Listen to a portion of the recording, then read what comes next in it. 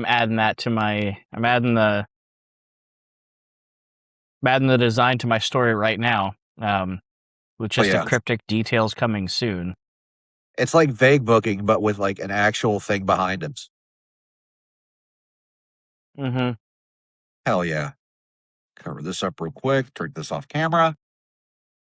No corporate sponsors, so they can't see if I'm drinking anything. I can just say it's a flavored drink.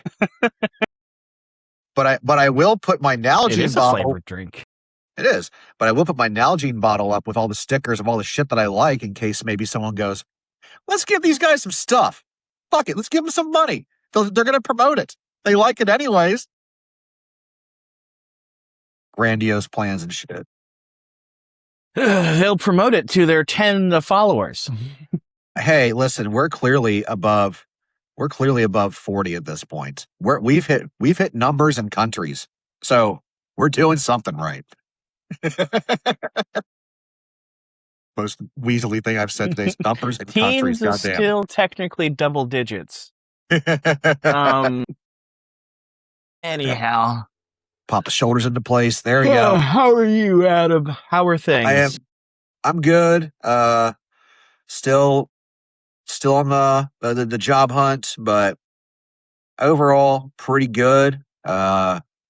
One of the guys I train won a belt this weekend, so I was happy that when he sent me that message. I was like, hell yeah, I helped with that. Did some comedy, did good at one show, didn't do good in another one. It's the nature of the beast. Got a bunch of cool shit in the mail, and just trying to fucking beat this awful heat in South Carolina. Goddamn, I hate it. And we have 1 million people in Greenville now, which only contributes to the heat. And God damn it, I hate it. We should not be a major city. We're a big town. It is contemptible. The act of it very much is. I also it is like finally kind of cooling off here in Philly, but like I think I don't know. It has been brutal. It's been brutally hot. But good Lord. I love that you can multitask, and the best thing I could do is like drink or pet a cat at and talk at the same time. Your multitasking skills right now are superior, which is great because we need stuff like that. Yeah, Dad loves you. Yeah, I'm trying, man. I mean, I don't know how good I am at multitasking, but like my job more or less requires it. I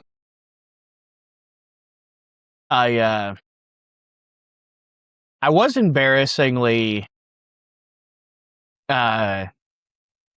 old.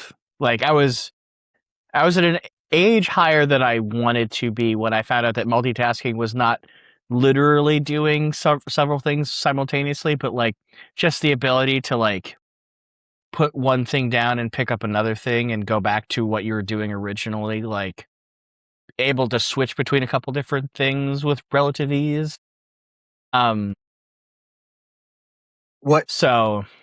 What was your definition of multitasking beforehand? Because I think yours and mine may line up a lot closer than it rightfully should. So before I realized what anyone was talking about, like my like neurodivergent ass was like literally thought that it meant doing two things at once. Like somehow managing to like read a book and reply to emails at the same time. Which is not how anything works. So pretty relatively anyhow. Close. What how about you? What was your definition? I think mine was, and we're going to blame working a pizza job at 17 that I was entirely too young to be delivering for. I'm not going to name the place. They're gone, but I don't want to get anyone in potential trouble. But like being able to take a phone order, make the food, cut the food, start prepping the delivery bags, and handle a customer in front of me all in the span of like 3 minutes. That's what and then like cleaning on top of that. I always thought that was multitasking. was, and it wasn't just like my job is Mm. the delivery. So you get the pizza, you deliver it, you come back. I didn't know that I was going to be doing and folding boxes and shit. I didn't know I was going to be doing all that. I think that's the closest to a fast paced environment I've worked in. Fast paced environment. Um, oh man. Uh, yeah, you do it. But other than like heat being a motherfucker, you doing good? Everything for the most part doing good for you.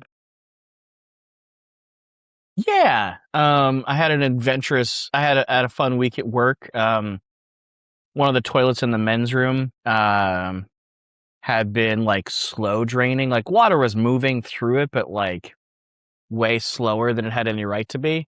Um, uh, and we eventually, like, after failing to shove a snake through it, failing to plunge, anything like that. But I f- w- we we just yanked the damn thing off the floor, and lo and behold, we found like a little, like, one of those like little. My dad always called them flu shots, like little bottle of booze.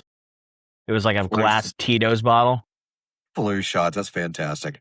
I've in never the heard of toilet. So if you're listening to this podcast and you attended a show and accidentally dropped a bottle of Tito's vodka in the toilet, I I, I would like to have a conversation with you. Um, I'm not angry. I just want a word. Um, that word is primarily why. Um, Nothing's more hardcore than doing shots with the bros in the bathroom. Duh. give me 1 second here. All right. You want me to vamp for a minute? Um, no, I'm just um. So the so that was fun. That was funny, frankly. Like, of all the things to find in a toilet, I was not expecting that. Um, It's like and the best, worst surprise you could have. yeah, I mean, I was so glad it wasn't like something gross. Um, you know, and it was just like it was just annoying. You know what I mean? Listen, as someone who at one point in time in their life was a plumber's apprentice, mostly construction side. I did very little of the cleaning side and clearing up side. But on the construction side, like I will take a little victory of like, oh, that's what's stuck in the air tube. Fucking half a cigarette as opposed to something gross, or like in the case for you, a little mini bottle versus something gross after it's been installed. Yeah, I'll take that win. I'll take that win every single day. Man. All right, we're let's see. Did you happen to catch anything cool from Friday release date? Anything cool come up that you want that you of note that you want to talk about to kind of kick this whole episode off? So give me 1 second here. So sorry. I'm figuring out logistics of like get. So I used to live in a different place than I do now. I still have belongings there. I am trying to organize getting them to where I live currently. Uh, and of course, my ability to talk to the person who still has those things is coinciding with our recording time. Um, See, podcasters have real world things they got to deal with too. It's not just cats, not just merge. We have real lives that the inopportuneness of real life kicks in when you're having fun, which is weird but not great. Lito, you gonna come up and say hey to Dad too? Want to come up? Come on up. Silas is on the other side. You want to see Silas? For those that don't know, I have two. Your feet are above the record player, the record collection, which is awesome. I now have two cats up here with me, one by each speaker. I love okay, sorry, I'm back. Um, my buddy is also like the person who has all my stuff is also the person who like I've traditionally talked about comics with. So I was like so excited to be able to talk to him finally about comics. So anyhow, I'm back. Um, so this past week, what I've been listening to, the new Ceremony record is out, and it kind of fucking rules. It's some of my favorite material from them in a while. And like I'm also very much on board with like all of their post Roner Park material. Um, I liked Zoo, which like everyone kind of fucking hated when it came out. I really liked L-Shaped Man and what was their New Order record? In the spirit world now. Like, In the yeah, there it spirit, is. yeah. Um, in the spirit world now is one of my is definitely like top 3 ceremony records for me. I gotta say, but this new one is really good, man. Um, it's like a combination of like everything that I love from them, like across all eras. You know what I mean? Yeah, it's like so I was not a I I was not I didn't get the hype of Ceremony at first. Like when Violence came out, I knew that it was a big record. I knew all the stuff that like Still Nothing Moves You and something else. Forget the other one. I know those records were big because they're still in their fast hardcore phase. And I was like, all right, fast drum beats and yelling. I get it. But you guys, I think you guys can do more.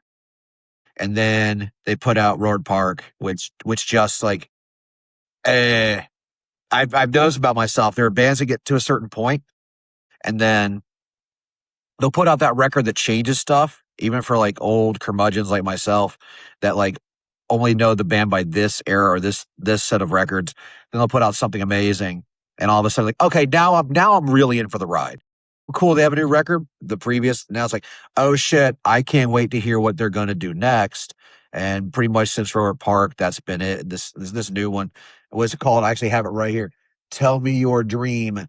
Uh, I thought that it was, yeah, it's a mixture of Robert Park and In the Spirit World Now and everything in between, and it's done in like a perfect 1, 2, 3, 4, 5, 6. Like, there's no skips on this record, so this is going to be a bigger record for them, and this is probably if Robert Park didn't bring it in, then this is going to be the record that's going to bring people into Ceremony. I think this is like this is going to like In the Spirit World Now. It could be like the going for it record, but this is the one that hooks everybody because this is going to make people go back and listen to everything else to see where they got to. And uh, I have zero complaints about this record. I think it's goddamn, it's good. Just goddamn, it's good.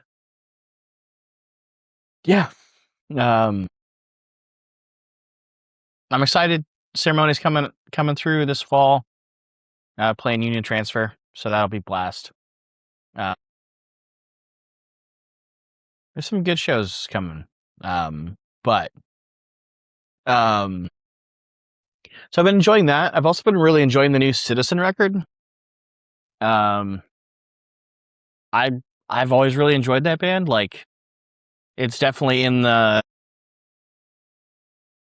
it's in that non-core world. But it's catchy. It's cool. Can't say enough good about it. Like, if you're not Citizens, kind of been killing it, and they have for a long time. As So as someone who is not who knows the name but never has given them a shot, uh, and I doubt they're going to have that impact on me. Like I'm using impact as like a catch-all term, an umbrella term, like Ceremony did, or even Turnstile did.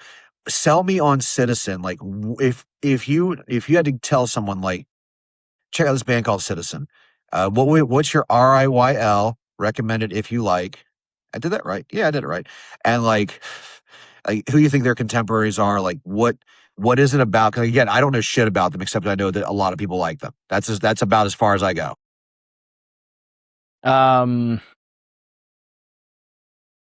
if you want like a more if you're a fan of the stuff in that non-core world, like the the hardcore adjacent, um the basement fiddlehead drug church stuff, but like you want it a bit more dancey, with a touch more like um pop sensibilities, like that music with like more melodies and hooks, but like with enough like heavy to the riffing that you're like, "Oh, yeah, but these are like still hardcore kids." like like would Anxious be a good contemporary? Um, yeah, Anxious, but like Anxious leans more towards pop punk in a way that Citizen doesn't. Okay. Okay. Um, it is music that you could like put on with um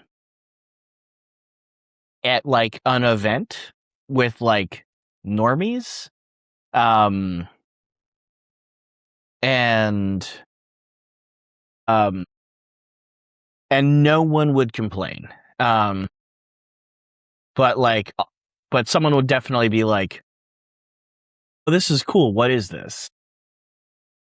Okay. Does that make So sense? Like, yeah, like a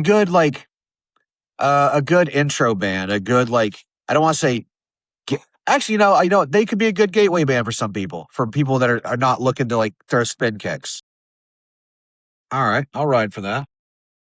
um yeah, so the new record is it is called Halcyon Blues. um it's out on Run for Cover. uh the record that I think everyone knows Citizen for is Youth. um I jumped in on them on Life in Your Glass House a couple of years ago, uh and but I've enjoyed everything I've heard from them. And then I'm taking a look at what else I've been listening to this week in terms of new releases. Though like the Ceremony and the Citizen records definitely did suck all the air out of the room. Um, ex members of Me Without You and The Chariot and Norma Jean uh, have started a band called Unless.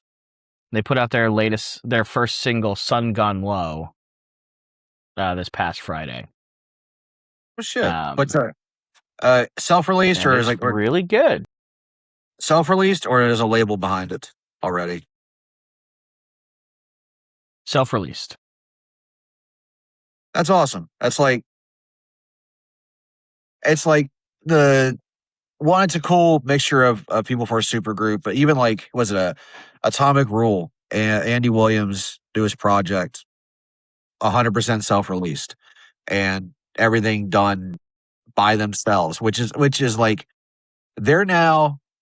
I think those two are the bands that come to mind over the last couple of years that have done everything almost initially, if not everything up until current, all on their own. Just like, fuck it, let's do it. And I think that like that'll bring more of an authenticity to like people naturally getting into instead of saying the ex members of. It may be that way in press, but the way that because I did check the article on them. I just forgot the name of the band, so thank you for that. But I've it's not a highlight of former uh bands or former anything. It's just, hey, here we are. We're gonna play music, like it or don't. And I like that a lot more. Even if I'm not into the band, I like the fact that there are still bands that are doing that. There's a lot of older dudes that are coming together and doing it. So I think I think that's pretty sick. I don't think there's enough of that right now. I think it's more mimicry or trying to capitalize on like an immediate an immediate sound that's hot for a moment. So seeing the dudes that we looked up to uh come back in a different way, I think that's and continuing to do what they want to do on their terms, I think is pretty sick. Absolutely. It's looking at cat food. I'd We're much wondering. rather see. I'd much rather see that happen than like um people dusting off the. All right, the record that everyone loves. We're just gonna play that. Like, I'd much rather see musicians whose music I've really loved like continue to like innovate and um do something new, do something interesting, do something cool, rather than like just retreading the same old ground over and over and over again. Like, which is why, frankly, um I like Atomic Rule best out of like all of the bands to come out of the Every Time I Die thing. Yeah, That feels like a true like moving forward like innovation thing, whereas like Many Eyes and Better Lovers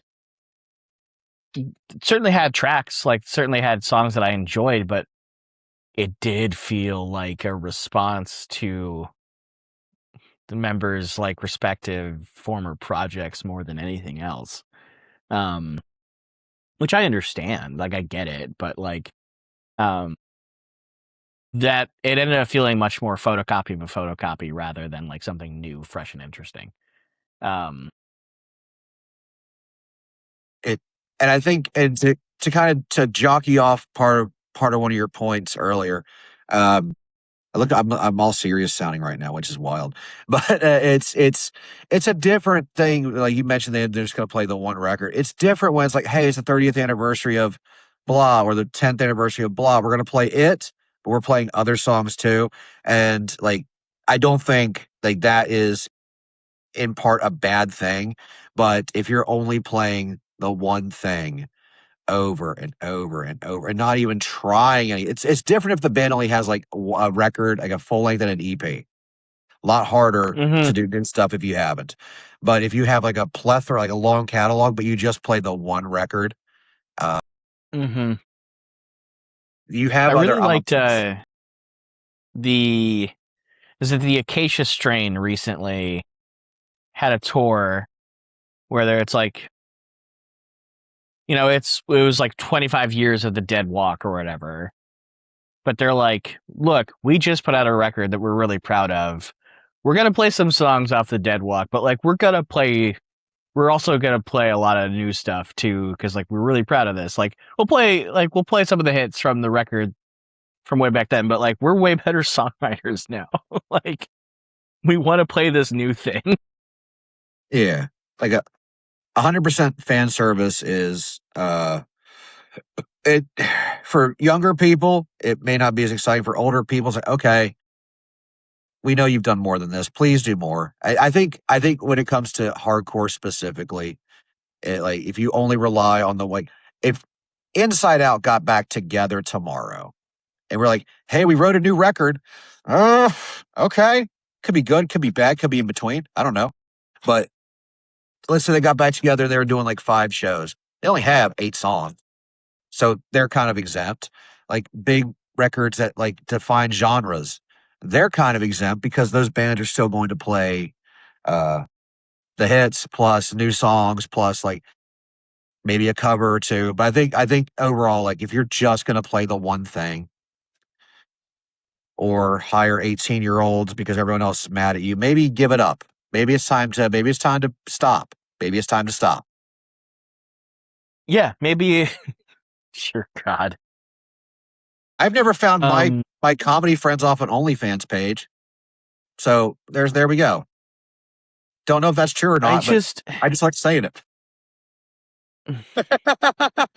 I I would much rather see. It's Greg Ginn, right? I'd much rather listen to that dude's like stab at making like his own solo music, whatever that is, like than him playing 40-year-old songs with a bunch of kids who were born after 9/11. Yeah. At least like Like when Mike Vallely was in the band, I understood it a little more. Like, oh, Mike V, Skate Rat. This was something he grew up to. Makes sense. that made like you can feel how you want about Mike or whatever, but like someone like that getting the opportunity to like front a band that he grew up loving makes total sense.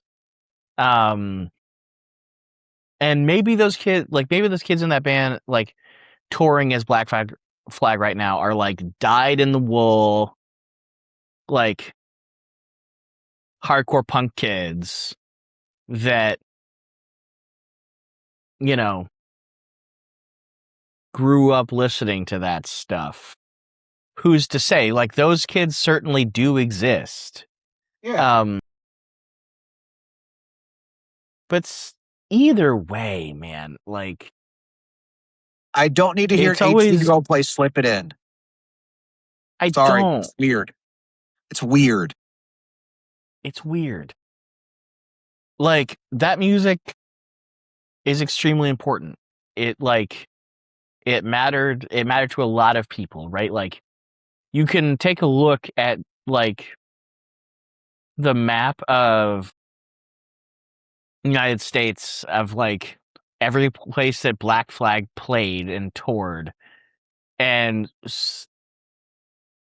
you essentially see like a map of like little scenes that like started up in their wake. That's cool as hell, but um, music and stuff has changed. It there's something always just kind of profoundly sad about someone who like I mean it's the musical equivalent of like fucking Uncle Rico from Napoleon Dynamite still talking about like his high school football career. Back in 82. Yeah, exactly. It's just you're still a vital human being. Like you are still alive. Why have you frozen your artistic career to something like to stuff that you did when you were a literal child? Yeah. It's It's one of the things that I respect the most about someone like Ian MacKaye is that like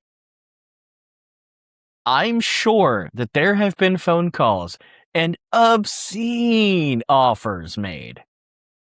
But like that dude has not and will not do a Minor Threat or a Fugazi reunion. sucks. That's It sucks, but I would love to see those bands played, but I respect that far more. yeah, exactly. Like I have infinitely more respect for that than I do for someone who like refuses to move past stuff he wrote when he was 18. Yeah, Like shit has changed. It's okay to try new things. No one's gonna be fucking weird. If they're weird about it, they're weird about it. But like uh Ian MacKaye just became the Ian cast all of a sudden. Ian MacKaye uh not doing the reunions. Maybe the same reason why we both would want, but will never happen, Inside Out reunion, handful of other band reunions that are never gonna happen. I think that like as shitty as it is, leaving some things in the past, no matter how much you fucking love them, time and place, you weren't there. It's okay. It can still be an influence for you, but you don't have to make your whole. It's like making your whole identity one thing and refusing to deviate. It doesn't. goes beyond just like music or whatever. If it's I'm this, okay, what the fuck else are you? A human being? Are you more than just this label you've given yourself? Like, Hmm. so anyways, that got a little, At any rate, little heavier than expected. that, Uh, that's all right. Let's see. I also, same thing. Ceremony record has been pretty much on repeat for me. And a little left field answer. Ghost Main finally put out a single after 5 years, 5 years, 6 years, something like that between new music. I guess. sell me on Ghostman. All right. So, in any way, shape, or form, do you like Florida? We gotta start there. No. Okay, so this Do could be I a harder sell. like Florida? No. Yes. Okay, this could be a harder sell than I thought.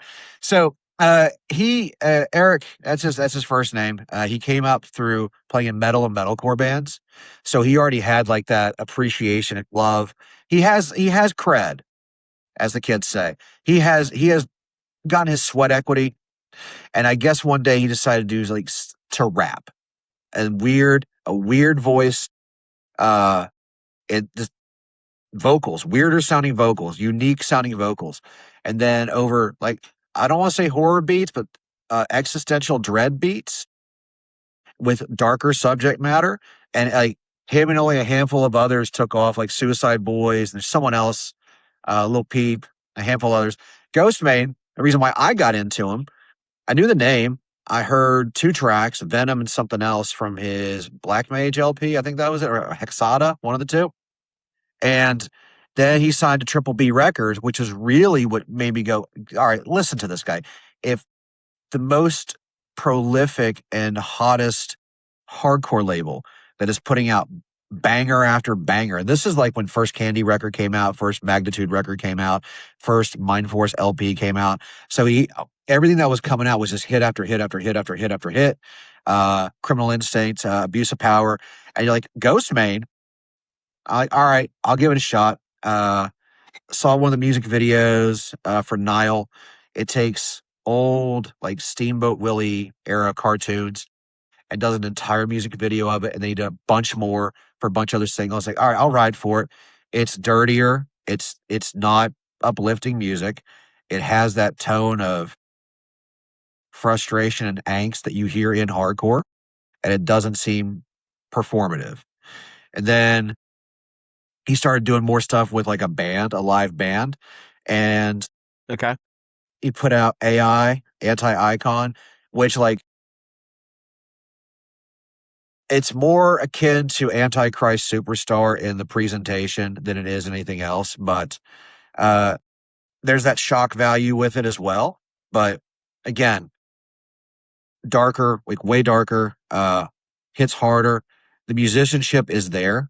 And then a couple singles here and there then kind of disappeared, except for some touring. And then got married, had kids, took a break. I think maybe he did like one or two other things, like short projects.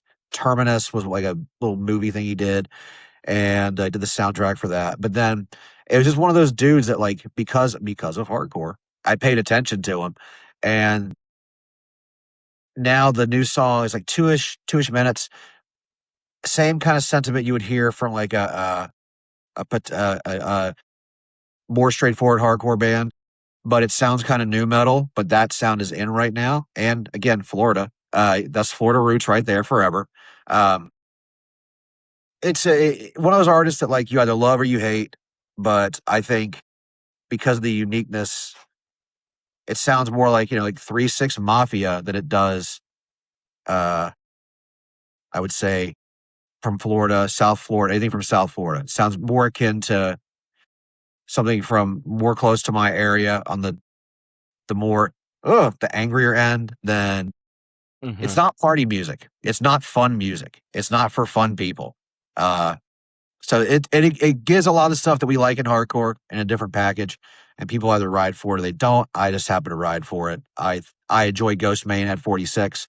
Don't know what that says about me. Probably that I'm stunted somewhere emotionally, but I still enjoy. I still enjoy like a lot of those tracks. They're just well done. Even if you don't like him, you're like, yo, this shit is actually did a good job on this. This is actually pretty fantastic. So that's my sell on Ghost Main. Again, not no Would one would this new expect. track be a decent entry point? If I If listen you to want, it, would this be representative of what you like from the artist?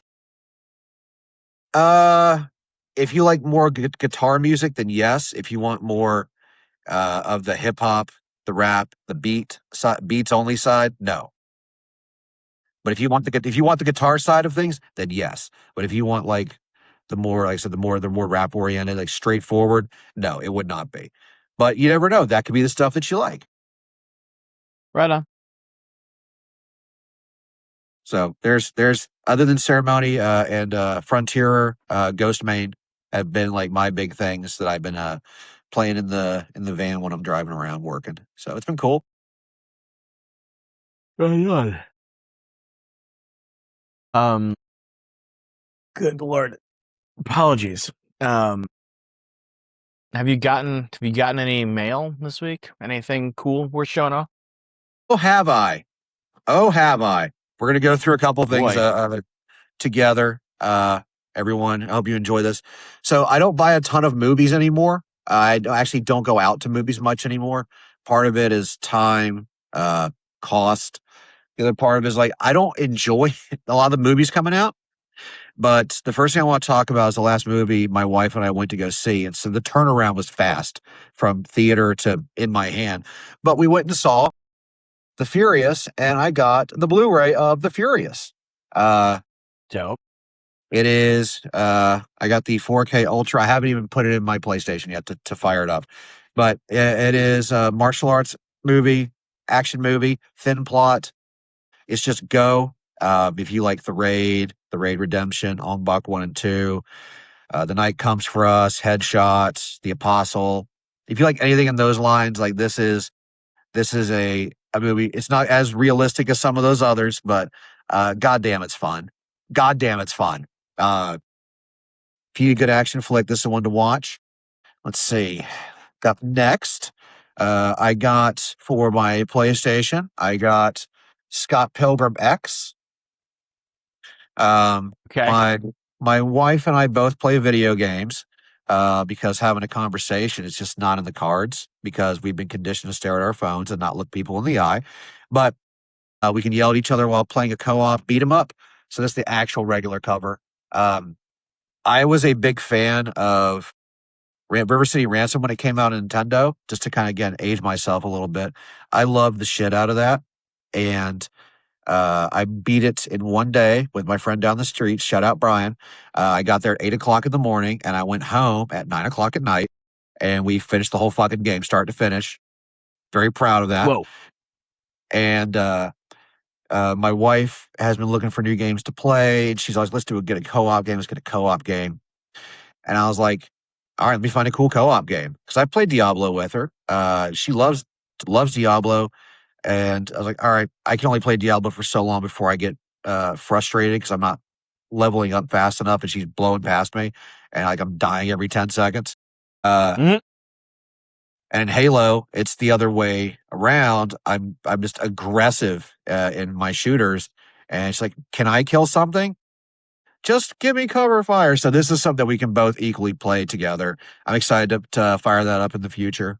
She's on vacation this week, so I'll probably install and just let her learn all of it, and then I'll learn from watching her play, and then give myself a handful of hours and just fucking rock out on a co-op, couch co-op, beat 'em up that I loved when I was a kid. Next up in the video game world, I got my copy of Hi-Fi Rush from was it Limited Run? Yeah, Limited Run Games. I still haven't opened it yet, only because I bought it digitally. We never knew if we were going to get a physical copy. I got the special collector's edition, and it has 3 CD soundtrack in it and some other bonus stuff in there, like some DLC stuff. But I am a big Oh, cool. fan of Jet Set Radio and Jet Set Radio Future. And then they put out, was it Bomb Rush Cyberpunk? And then they put out this Tango Gameworks put out this very original rhythm based action adventure platform beat 'em up in a very stylized, cell shaded way. And they put out this game called Hi-Fi Rush. It was very well received by the public. It was very well received by gaming press, but they said it did really well numbers wise, but not good enough. And then Tango went away, and then people were clamoring for this game to come out. It finally did, and I finally got my copy of it. And because I got it digitally, I haven't cracked it open yet. But I love this game. I love the way it plays. It's one of those things. Again, if you are of an era, you're going to love this. You should be able to find copies of it somewhere. Fingers crossed. But I'll fuck with this later. I'm fucking. I pulled the packaging out wrong, so I can't figure out how to put the little slips back in. But who cares? It's fine. Um, Up next, uh, something we I was a both care about. huge Jet Set Radio fan, by the way. Were you really? Yeah, absolutely. I wore out a controller playing that game on Yeah. Dreamcast. Fuck yes. I got an Xbox primarily to play the sequel. And then, like, shout out my friend Matt Hirsch, but like he and I, like, we bonded over playing that game. Like, we bonded over like discovering that we both loved Jet Set Radio Future, realizing that we had never like 100%ed that game as kids, and deciding that that's what we were gonna do. So like that's where our friendship came from, was doing that, was beating that game to 100%. And then I really like Bomb Rush Cyberpunk. I wish there was more to it. It's a short game. No, but good news is we're getting Jet Set soon. They're remaking it, so I like that resurgence of that style of game in general. Yeah. So I'll look into Hi-Fi Rush, see if it scratches the itch. It it's I I can't recommend it enough to people in general for games. Sometimes mail isn't records. We talk about other stuff, and we're going to continue that trend. Um, no, I think I love finding out that you were a fan of Jet Set, so that's awesome. Um, Up next is someone who we both are excited for their new record to come out. We listen to him every week on Axe to Grind. Patrick Kinlan's new comic book, Regicide, is out. I can show the covers that I'm pretty sure I can show. Okay, that is the sealed one that I can't open up. Cover this one real quick. Regicide #1 came out. Medieval, fantasy, vampires. That's all I'm going to say about it. This is one of the goriest and most over the top things I think he's done so far, but it's on Image Comics. God damn, it's Okay. great. I buy pretty much every Pat book. Like I said, back in, was it 08, 09 when Dark Knight 3 got announced, and then a menu kind of dissolved, which should still be a trade. It'd be cool if him and Matt Rosenberg can make that happen. But then Pat started doing books. I just started with was it We Can Never Go Home? I think it was the first one, and I just kept following his comic career since, and I've not been disappointed. So I buy literally everything him and like 2 other writers put out. Yep. So with Reclusion, ooh, you got Run the Dungeon as well. What'd you think of Run the Dungeon? I haven't read it in a while, so I'm having trouble. I picked up Run the Dungeon before I got my contacts, so I was having trouble reading it. So I need to go back and read it now that I like can see again. Um, I think my favorite comic from him so far. I really like Frontiersman, and I really liked Shoplifters Will Be Liquidated. Great title, by the way. I gave my copy of that away to somebody, um, but I really enjoyed that one. I also liked Survival Fetish. I thought that was a really that was a really interesting book.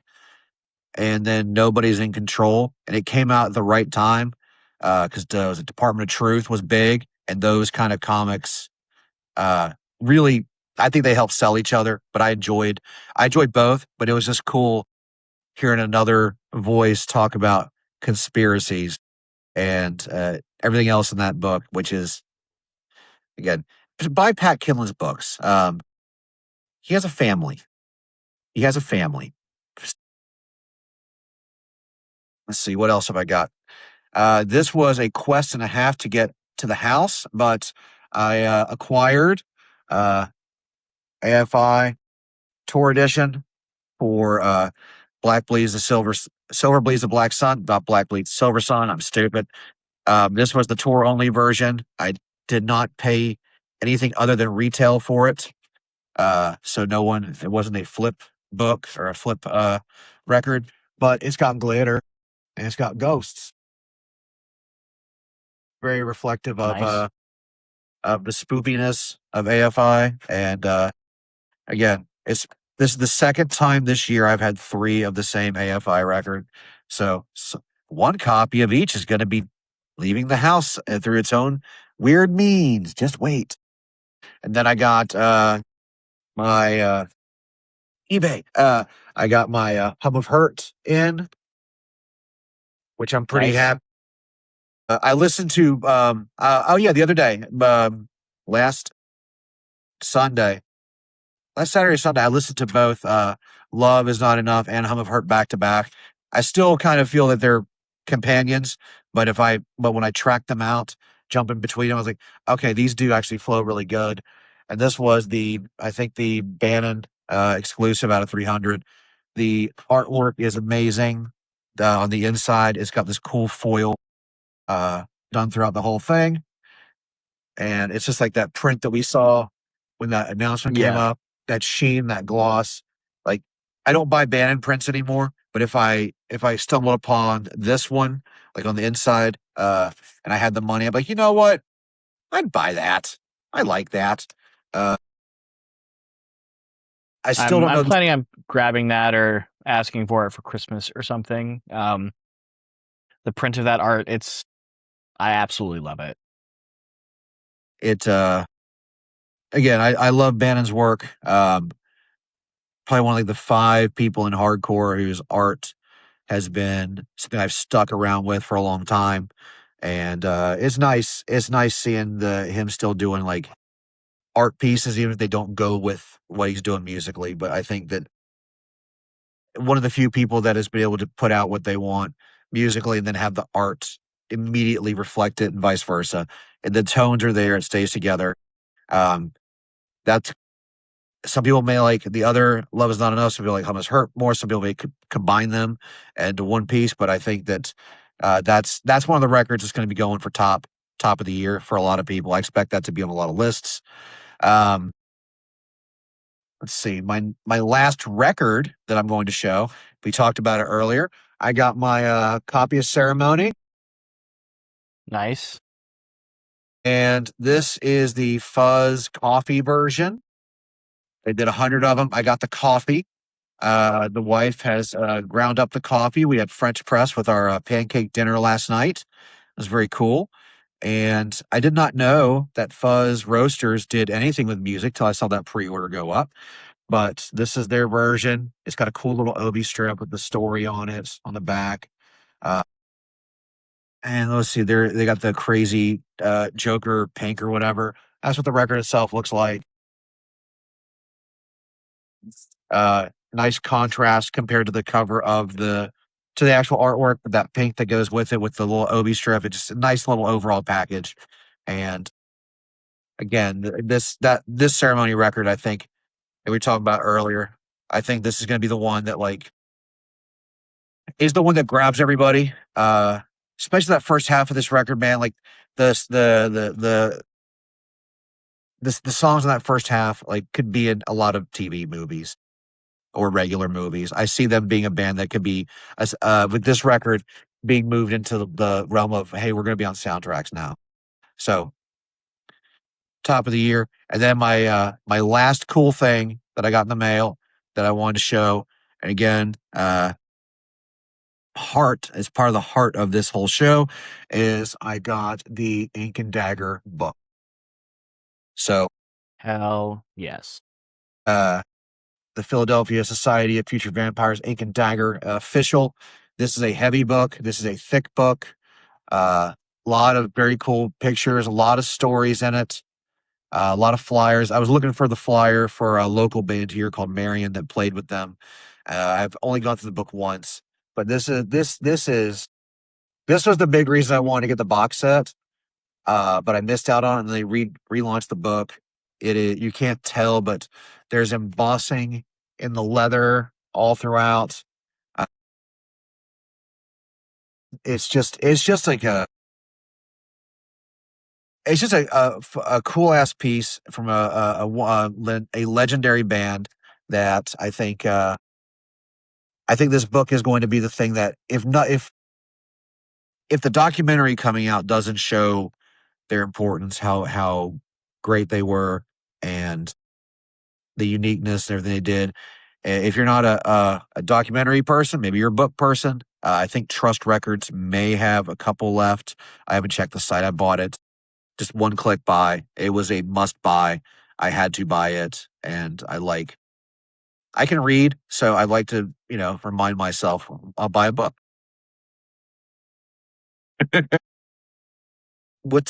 You pick up anything cool since we last recorded? Uh, yeah. I grabbed the East of West compendium. You got the whole fucking thing. Goddamn. This thing is like a fucking phone book. It's so big. But it's a complete series. This is a hard series to explain to anybody who hasn't read it. And even then, it's difficult to explain.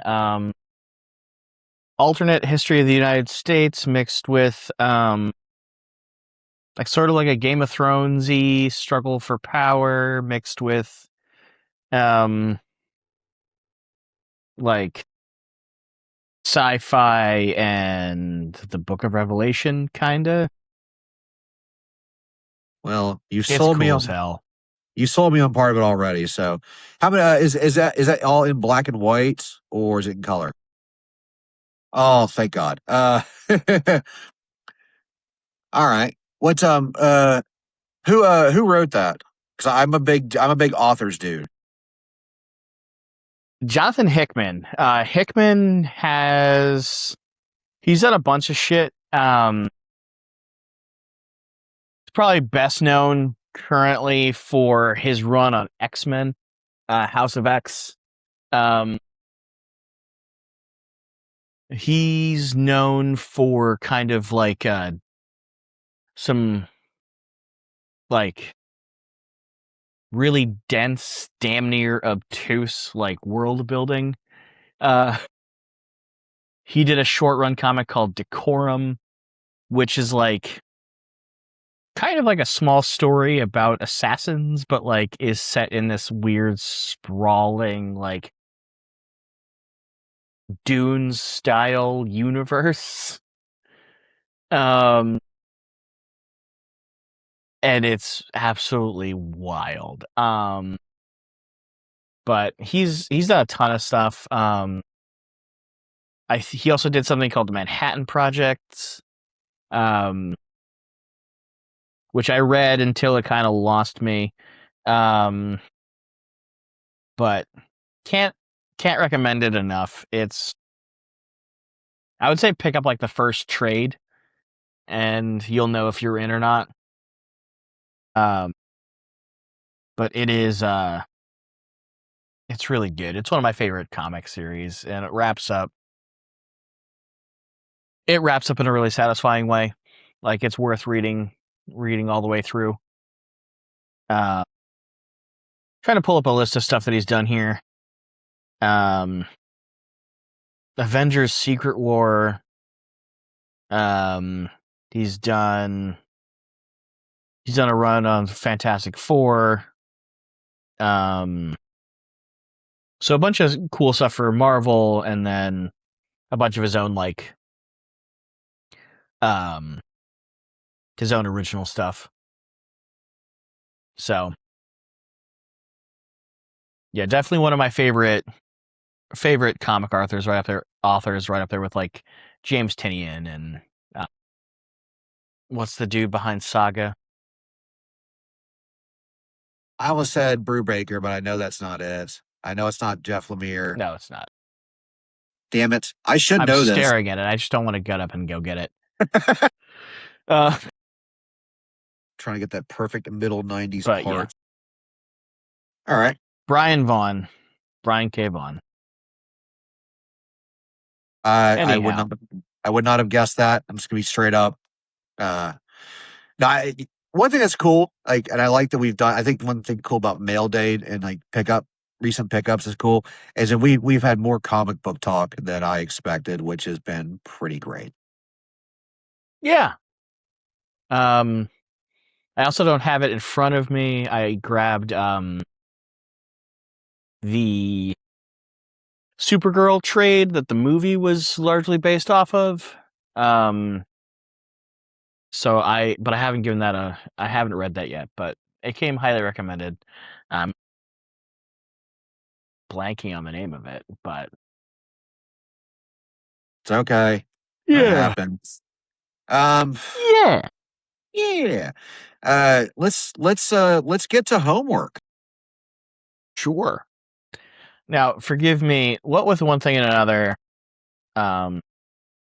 it's been a while since I listened. I gave the entire discography of this band from a Second Story Window, like, a dedicated headphones listen over a single day. So, I will be honest, not my favorite thing that you've assigned to me. Fair. I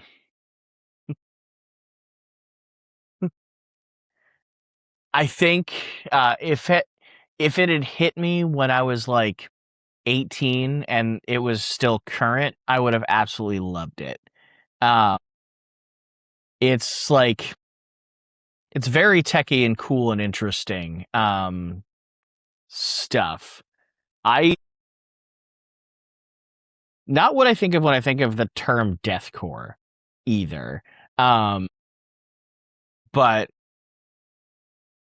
I can certainly understand why it gets that label. I think your comparisons to, like, BT Bam were very apt. Particularly like Alaska era BT Bam. Some, like, After the Burial type stuff in there. Didn't even think about that. Yeah. Overall, enjoyable. I think I enjoyed Delenda the most. Yeah. Second full length. Either that or Conversations. Say again? Well, I'm glad that, like, that you found some enjoyment. Again, I did not assign the easiest of bands, especially when I throw the deathcore label out there, because that brings up connotations. But I got to see them for the first time with I might have said this on the last episode when we did the assignment, with Curl Up and Die, Scars Tomorrow, and Taken. And I was like, who the fuck is this band? And they were amazing. And then the Mighty Wax Vessel put out a box set called Let This World Swallow Us. And it's four LPs, long sold the fuck out. Secondary market is the only way you're going to get it, or if you trade with a homie. But it has Not One Word, the first EP, Delinda, Conversations, and Hold Your Tongues, which is a bunch of demos. I think it has the Cassandra Complex, which is not one word, but just the raw version. Like here's an extra $100 to put it through production, so it sounds a little better. But uh, definitely one of those bands. You're right; they are a band of the era, but this was like this is one of the few bands that caught me of that era that I said, "God damn, this is great." And I have a special place in my heart for that band. So, if you Yeah, haven't, they put out a new EP or a new single last year, or the year before last, and I think they have some new music coming soon. And one of their guys did a guest appearance on this band called God Glitch here in the Greenville area, and they got a full length out as well. that's So, cool. if you like From a Second Story Window, you should definitely check out God Glitch. They're the homies. Shout out Braden. And Definitely something like I will listen to stuff that they put out in the future. Like I'm not saying I don't want you to hear that I disliked this, no, or anything like that. Probably not something I'm gonna just like find myself throwing on very often. But, um, yeah, I think one of the things that like one of the issues with this, and this isn't from a second story window thing. This is just this whole era of music, is that like I think you even said it in like in one of our messages back and forth about it, was that like it was of this era when like no one understood what an edit button was for. yeah, it's songs go on too It's long. like that part didn't need to songs that go on too long. They didn't need like that part didn't need to go on for as long as it did. Like there's like 2 additional parts that don't need to be in there. Um, it was very kitchen sink core. Um, like BT Bam obviously like arguably one of the worst offenders of this, but And BT Bam, I love y'all. I ride with y'all for damn near every record, but yo, attention span. and like look, I'm saying this as someone who loved Colors when it came out. Like it got a little extraneous. Uh, Little long in the tooth. so Little long in the tooth. a little bit. Um, Just a smidgen. Um, but anyone who hears this, understand we still enjoy a lot of this stuff. It's okay to critique things. Like if From a Second Story Window was playing at Radio Room tonight, I would absolutely go and I would probably buy like a hoodie. I absolutely. And if we ever come off disparaging, like it's not meant to ever sound that way. Don't think it's that way. We're glib. we're glib and um, And snarky. I think we know.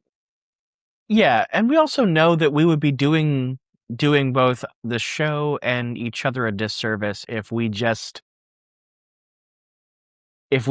gave it like a, oh yeah, this was good.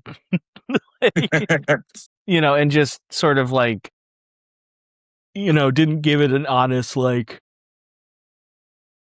assessment of like, yeah, this is what I liked about it, this is what I didn't like about it. Yeah, this is a no pose dog zone. We're not going to pose. There's no reason to. We're there's no reason to pretend like we liked a thing when we didn't actually like the thing. Yeah. Of course, I've had a couple of weeks now to think of homework for you, and I haven't. It's fine. Theoretically, we had a list. Though, frankly, we've also been doing this long enough now that we've moved through quite a lot of it. Damn near. I think damn near. I think we're at the point where it's like we both got to do the deep dives. We've covered a lot of blinds. I mean, we'll still do the blind spot stuff, but yeah, let's talk. Let's talk about it for a minute before we get into our actual our actual real. It's gonna be short lived, but our real long topic. Um, this whole show started over a love of Zayo, and we did a fucking 3 hour deep dive on the entire discography of it. Yeah, we did. But that was a band that we both have an affinity for. No bones about it. Mm-hmm. But now we've done the back and That forth. was the first like hardcore band that I got into. Like, you know, and Now, I still have a lot of love for them. even though they didn't do a Lincoln or Kathy Mattea cover on their new EP, thanks guys. Could have really used that, but don't worry, they're going to hear this. I promise. They watch, and Definitely. we're at a point now where like going through a whole band's discography together and getting our different takes on it, right, wrong, or indifferent.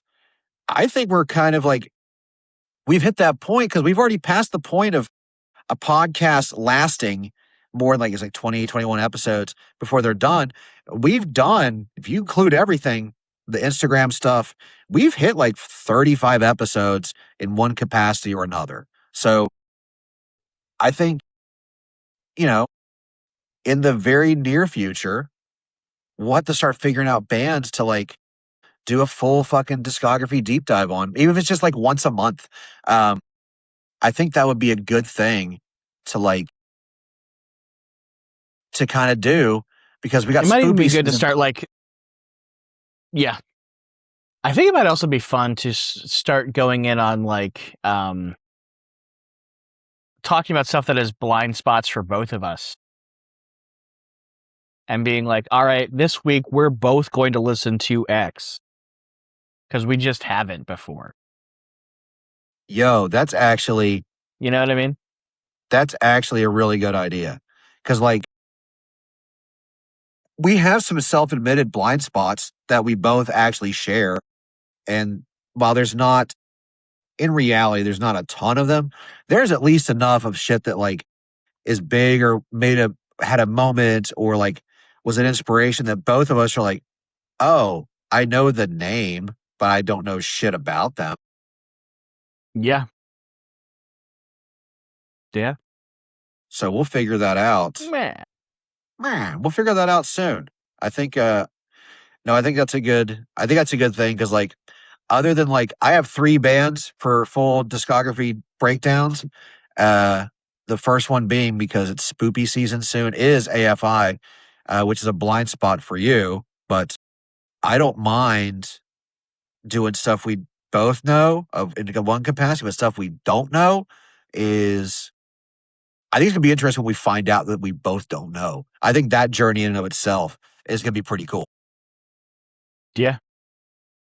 I am trying to rustle up a homework for you, though. Well, maybe it'll come to us when we do the big news of the last 48 hours, but kind of the third bubble, as it were, for hardcore. Yeah. We're definitely in it. We're definitely I mean it started with Code Orange and Turnstile, then Code Orange no longer exists for a long list of confusing reasons. Not confusing, just, you know, complicated, I think, mostly in a boring way reasons. Uh, Logistical reasons. Those are boring. We'll say there it logistical. is.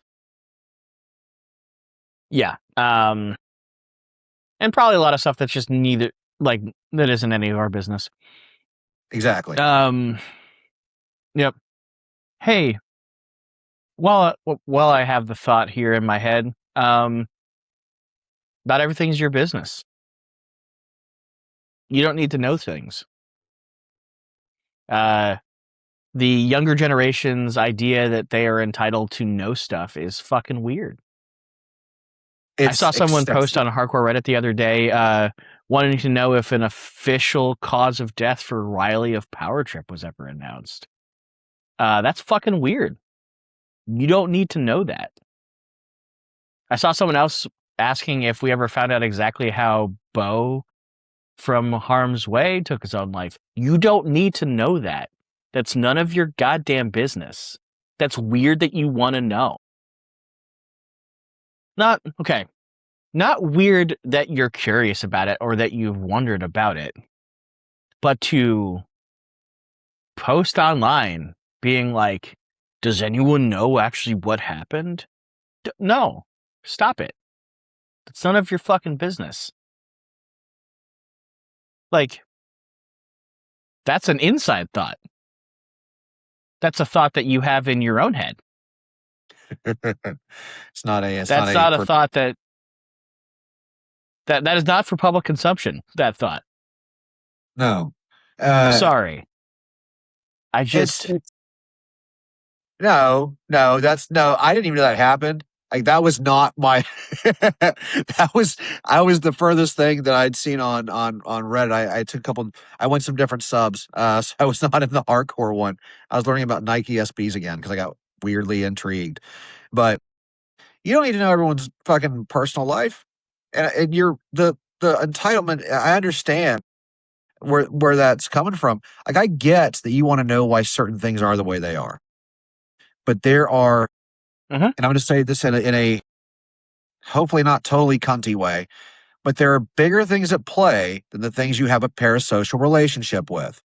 If you want to know about those things and you want to get answers for those things, fucking please do, because more than just, 30,000 people into a form of music, millions of people like to know why shit's fucked. I would like to know, that information. I would like for that to be corrected. But a family that suffered a tragedy, guess what? I'm not a member of the family. I don't really fucking need to know that. If they want to tell me, sick, but I'm not in the group chat. There's bigger problems that need addressed than, than the loss of someone in the hardcore community. I mean, Yeah. posting about that shit and asking, like, why do I need to? You don't need to know that, dog. You need to know how to do taxes. Like, you need to know how to, like, be a human being and not bother families over this sort of.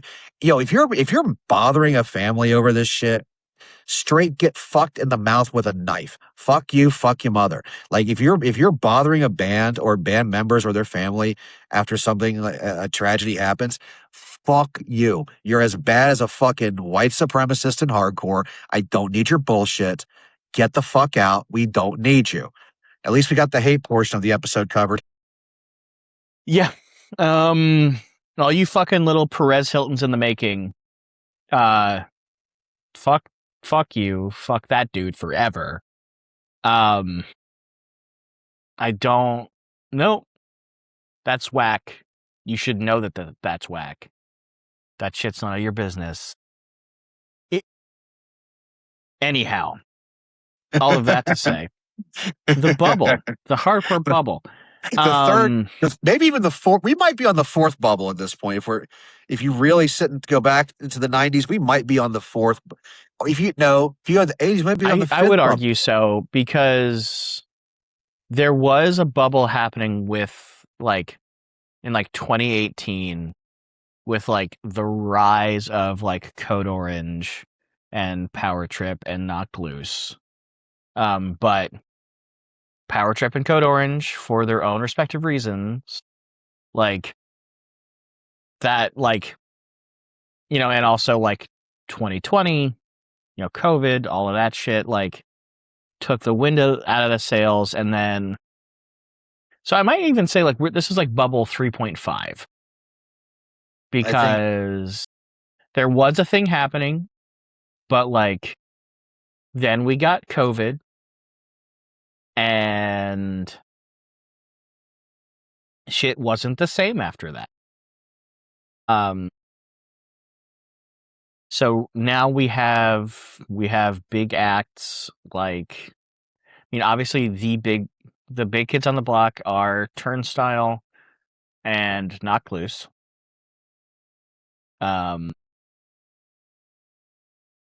Knocked Loose out here holding their own, opening up for fucking Slayer, Yeah, dude. First of all, which is insane. as a former hater of Knocked Loose until they went to Pure Noise, again, being self aware, uh, what they have done, because the original Rushmore, as it was on Astrogrind, it was Power Trip, Knocked Loose, Code Orange, and Turnstile. Um, two of those bands are no longer in that same realm for various reasons and for their own reasons. But now we're hitting that because for some history, let me throw it back a little bit. Uh, Please. Back in my day, so there was that point in the '80s where bands like Gangrene and Agnostic Front and a handful of other bands got like Warzone got some bigger label attention. So that you could call that the first bubble for first and maybe the first and part of the second wave of American hardcore. But the first bubble that I saw that I got to live through was again Roadrunner Records. Uh, they signed Madball, Earth Crisis, and VOD. Now, Madball still around, still playing. Um, they played some gigantic goddamn shows because of that connection.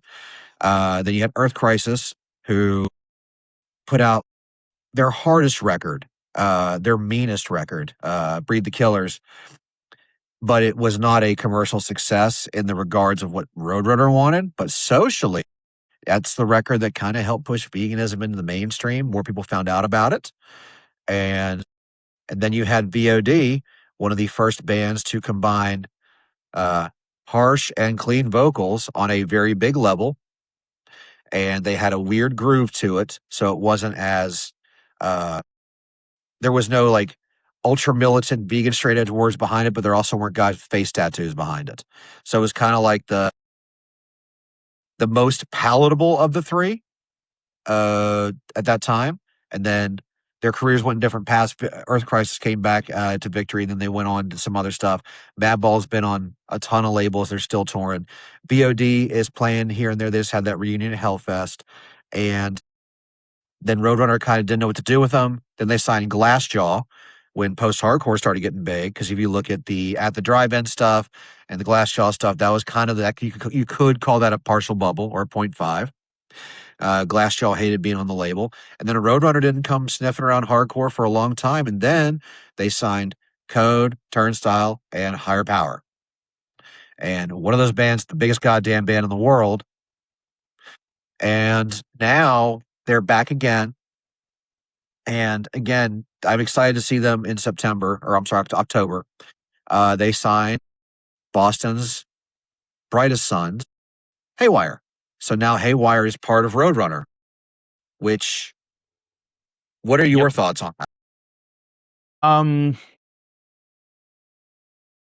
It's a cool look. I'm excited. Like, I will not say that I'm like a Haywire fan in the sense that like I'm not really putting on their records and listening to them. Um, I will give their stuff a listen when it comes out, but I don't find myself revisiting it. I am, however, like I'm a fan of what those dudes are doing for hardcore. Like they are a force that keeps getting like that does not stop touring and like honestly like I know they've been at it for a while, but like if you go back and listen to you can find interviews talking about like AC/DC when they first came to the United States. They started touring like one of the first ever AC/DC, like the first ever AC/DC tour in the United States. One of the first ever shows was them playing at like CB's in New York. Didn't even know that. Hell yeah, I just learned something. Yeah. And then they just kept touring the United States pretty much nonstop for the next like for the next few years. By the time they were like, and by the time that tour was done, they were playing stadiums. Like they showed up as a no name and played CBGBs, and then like 18, 24 months later, they were playing stadiums. And Haywire is very much doing something similar. If they come through your town, I recommend going to see them. I missed out for a bunch of different reasons. Biggest one I would say is my health. They played a free outdoor show here in Philly. I will never get a chance to see them and like play that small of a show ever again. You don't think? No. I I'm gonna when I give my thoughts, I'll tell you why I think that may not be accurate. Or rather, I'm sure that they will play small shows, secret shows, these sort of things. But like, if they come through your town, go see them. Chances are the next time they come through, they will be playing a much, much bigger venue. Is my point. No, I got you. I'm just busting chops. And I think it's cool. And I think like to see a very straightforward hardcore band doing what they're doing is super cool. Because like, look, this podcast is unashamedly, unabashedly pro Turnstile, but Never Enough and fucking the one before it. Glow on. What is it called? Glow on. Glow On. Those are not straightforward hardcore records. They No, have not even straightforward somewhat. hardcore songs on those records, but those are not straightforward hardcore records, like through and through. Haywire, on the other hand, are just playing hardcore. And that's cool as shit. Yeah, like it's not necessarily it's not bad, it just doesn't grab me. As I get older, I gravitate towards weirder shit. So all of that to say, I think this is cool. I hope they do cool shit with it. We'll see what happens. Hello, Silas. Hey, Silas, say hi to the people. So you touched on everything that a lot of things I thought of. Um, Here's where I'm going to throw not a wrench into the works. I think if if they have the same turnstile effect, which is entirely possible, um, just like turnstile, so they never put on a bad show. I absolutely believe it. Same way I believe that Haymaker has the sweat equity. They have the respect of people. They're a hard touring band.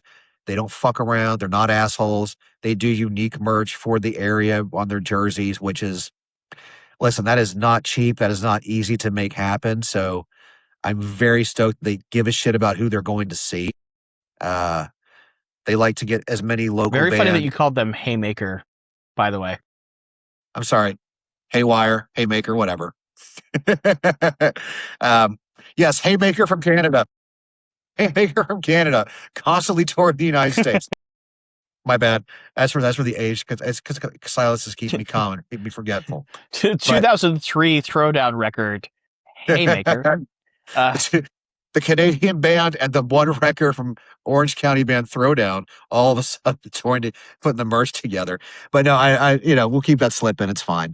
Anyways, I think that 50 state I tour. don't edit anything out. I know. That's the fun part for me to get shit over. I do no major structural edits to this show ever. The fact that they did the jerseys for every area sorry. is very sick. The fact that they will bring Cool as in hell.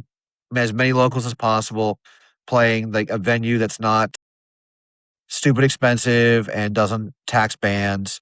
The fact that they have been output after output after output after output.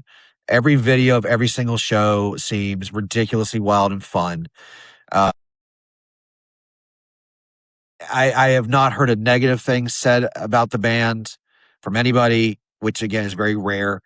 And to kind of sum it all up, like coincide with what you're saying, I'm older, so I don't always jump on or get or even be like, this is my era of bands. So a lot of these newer Hmm. bands that popped up,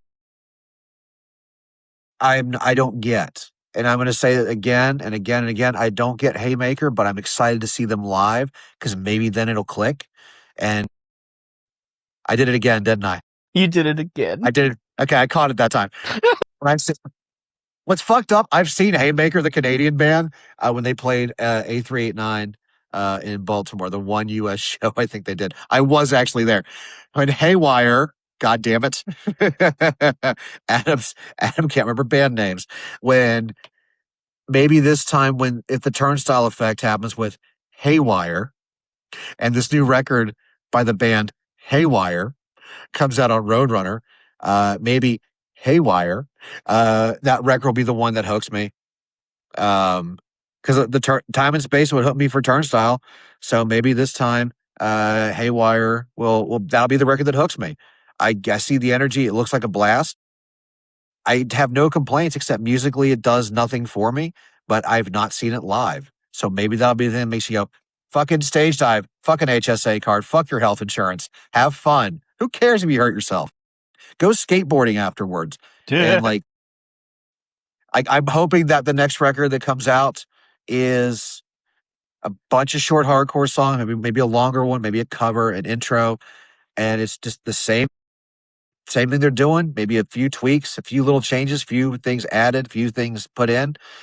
But if it does the same thing that I hope Roadrunner does for Haywire, I did it right that time. I hope the same good things happen to them that happened with Turnstile. I'm hoping that they hit that next level. And then if we're in the bubble, what are the other bands in the ecosphere of hardcore would go with Haywire? Like that's because there's a bunch of bands that could be that next jump up. Who do you have for your other 2 to 4 bands that could make that jump to Roadrunner and all of a sudden be ambassadors for the hardcore scene? Um, I Or think a first up was a band. Um, I don't see. Maybe I'm just an idiot, but I don't see. Well, a few bands come to mind. Drain. Ooh, I didn't even Um, think about that. Drain. One could argue is already doing it. Um, they signed to Epitaph. Like Epitaph is a mini major, True. right? Like so, and I think like they don't have quite the same energy behind them that Haywire does. Um, but like there's certainly a lot of energy behind that band. I think you can make a strong argument for End It, but End It is probably at the end of the day going. They are too politically outspoken and abrasive, I think, to really get over in a mainstream way. And And I beyond I that, think End It by sound could be that band that could sneak in because they have a sound that could work well with the most current bubble. They have the sound, uh, whereas Drain yeah, has the energy and the lyrics, but not necessarily the sound.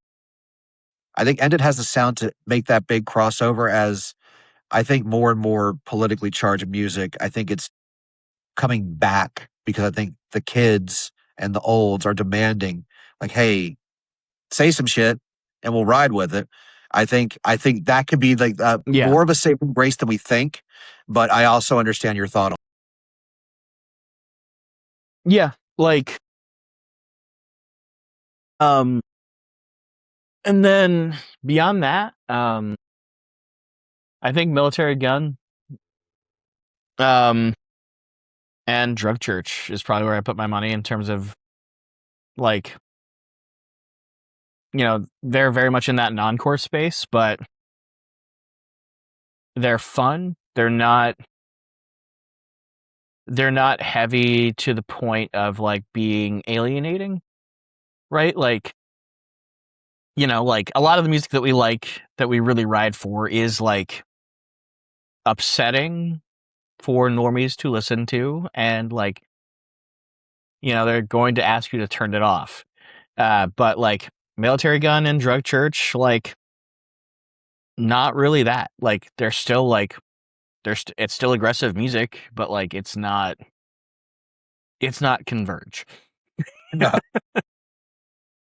who are still gigantic in their own way, in their own respects. Let's see if I had Very to much pick. so. You nailed a couple that I would have gone with. And that's why I gave my thing for end. I didn't even think of Drain, to be honest with you. Um, I thought about Military Gun as an option, but they're on a relatively big mini major as well, so I don't know if it'd be a benefit. What's wild is a lot of these bands we've Which talked record about label are they on? Loma Vista. I almost said Loma Prieta. The same label Killer Mike's off. They're like one of those Okay. bigger independent labels like that has a good mixture of everything. So that's why I wouldn't have thought Okay. Military, but Drain I would have thought Drain is a really good answer. End it, Drug Church. I think my other ones I would go with uh would be Knocked Loose in all reality, because they're still on Pure Noise. And while Pure Noise That is not that is wild to me, because I would have sworn up and down that Knocked Loose like was on Roadrunner or some like, or Epitaph or something like that already. let me see if I have my newest. Do I have is it gonna be in this one? It's wild that I actually have all this stuff and refuse to know where half of it is. But I think Knocked Loose and Turnstile were the ones that came out of the last bubble on top. So why would let's see, is this the no? What is this? That's not it. Um, it's somewhere in here. I'm being lazy. I'm not pulling it out, but I think that like because they're the last of New Year's. Okay, it might be before this. Here it is. I found it. So here's the split they did with Denzel Curry. Still on Pure Noise. So there's still a Pure Noise label. I was like, I need to find the most recent single. And I would not be surprised if they went to Roadrunner, because I mean again, Pure Noise, not a label to sneeze at. They have big bands. They have bands that have like proven They do. themselves record after record. The aforementioned Drug Church, Spanish Love Songs, Counterparts, uh, Amity Affliction, ton of bands. And I would not be surprised if that was the jump, because there's going to be a point where Pure Noise and some of their bands, like they're going to be too big for the label. I'm using hard air quotes because that's however you want to interpret it. But my choice would be Knocked Loose, especially for a heavier option. Um, we mentioned Drug Church, which would make sense. Another Pure Noise band. I'm gonna throw Fiddlehead in the mix. And no, no, no. I'm gonna pull that one out. I'm gonna throw Angel Dust in the mix, specifically Angel Dust. Angelus, I could absolutely see. Um, they occupy that same sort of thing that like Drug Church and uh, Military Gun do, where it's like it's adjacent non-core stuff. Um, you know, it's not like it's heavy enough to catch the hardcore kids, but also like adjacent enough to catch the people that, you know, your average active rock listener. Like, Like um, I would theoretically go with Fiddlehead too, but like um that's no one in Fiddlehead like is that their like primary musical outlet. Yeah. Um, Plus it's I pulled them because not sound wise or anything, but they're not all the other bands we mentioned are touring far more often. So it was not a slight to Mr. Flynn and company. It was just a all the other bands are touring 150, 200 plus shows a year. And that so just so people understand. Um yeah, uh no, 100%. No diss, no shade to Fiddlehead. I'm a massive Fiddlehead fan. But there it is just they don't and can't really tour enough. so but yeah, I'm excited to see how this bubble plays out, to be honest with you. I'm very excited. Oh, speaking of Angel Dust, I am TUI jersey, carpet shacket, gold shacket, green shacket. Who gives a shit? I am Baltimore kidded the fuck up right now. Um,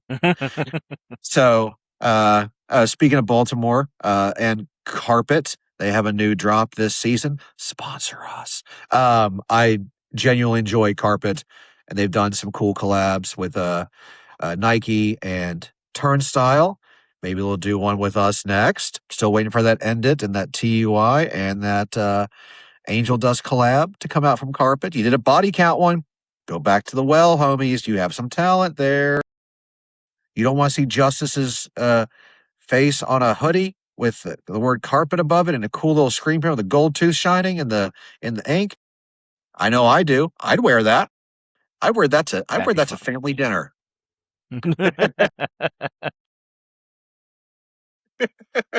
It's an off-putting man with gold teeth. He's a wonderful man to be around. I one of the smiliest human beings I've ever seen. Uh, I as big of a TUI fan I am now officially an Angel Dust fan. Got sold on a brand new soul. So I and you talk about the perfect balance of the hardcore kids and the average radio rock person. Um, they that would be the band that would balance out that bubble of Haywire and be knocked loose on my end, and then Angel Dust would be the balance of the two. And you know, I think it's cool Yeah. seeing this bubble pop up again. And as long as it keeps pushing the value, like the actual values and ethics of hardcore, and showing what sweat equity can bring you and not being an asshole can bring you, and putting out cool stuff specifically for the town you're going to, at whatever great cost it is to you to make sure everybody has a good time and has a shot at it. I'm very excited for Haywire. Haywire, uh, the band Haywire, where the lyrics are Haywire. Uh, I'm excited to see what this new record's going to be. So, still I love think it'll be Haymaker, cool. but Haywire Um, is the future.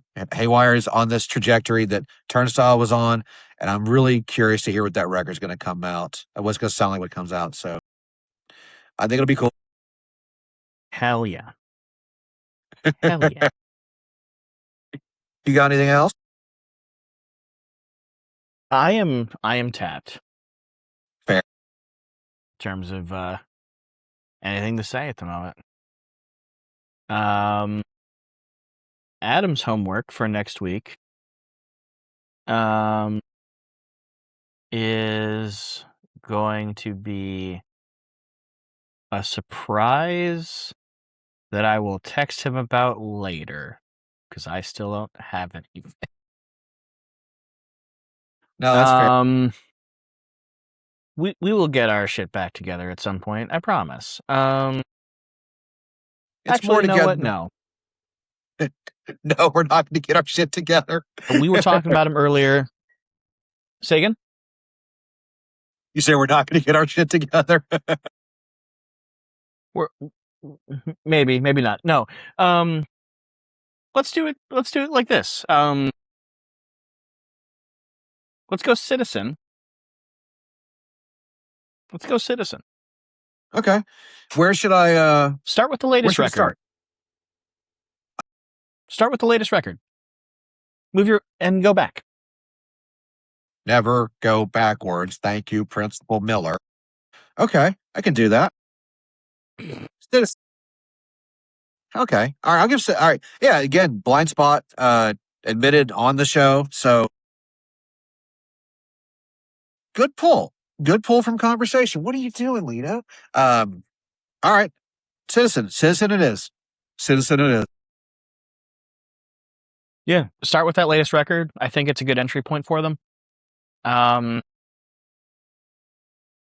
Make your way backwards. And it's not I haven't been this will sort of be a beginning of our like this is because I've been a fan of Citizen, but I'm not like a true like I'm not like a true like hell yeah, like I'm all in. I haven't heard every record, so I'm a casual Citizen fan. So with that in mind, I will also be going through the discography backwards with you this week. Okay. All right, sounds good. Because I have not heard every record. And I've probably only heard a track or two off samplers or like on a playlist. So again, name I've heard a bunch, but I got fucking nothing on. So all right, I'm into it. Fun fact, apparently that's Scott Vogel's favorite band. Ah. So if his opinion in music means anything to you. It does. I enjoy the Vogel. We are a we are a Vogel family. So you all applaud. Fun terror fact. Anyhow. The last time I took an injury in the pit was when Terror played in Greenville and my nose got broken, but it got broken back into place. So thank God for small miracle. So I'm so glad that you're able to breathe through your nose. I am too. All right. I am now right. a fish. Well, yeah. Thank you so much for bearing with us. If you have, as much as we are still struggling with the concept of a regular release schedule, with our lives being different, we're trying. So all love to you and all of yours. And same and Silas. And if you're a visual person, Silas is now going to say, thanks for watching. Be on the lookout for this cute face in other places. And look at that little blab. Look at that sweet little blab. Silas wants you and yours to have a wonderful week and to enjoy things. Isn't that right, kid? Yes, Dad, it is. Hell yeah. Thank you, Silas. My handsome man. All right. Be well, be kind to each other.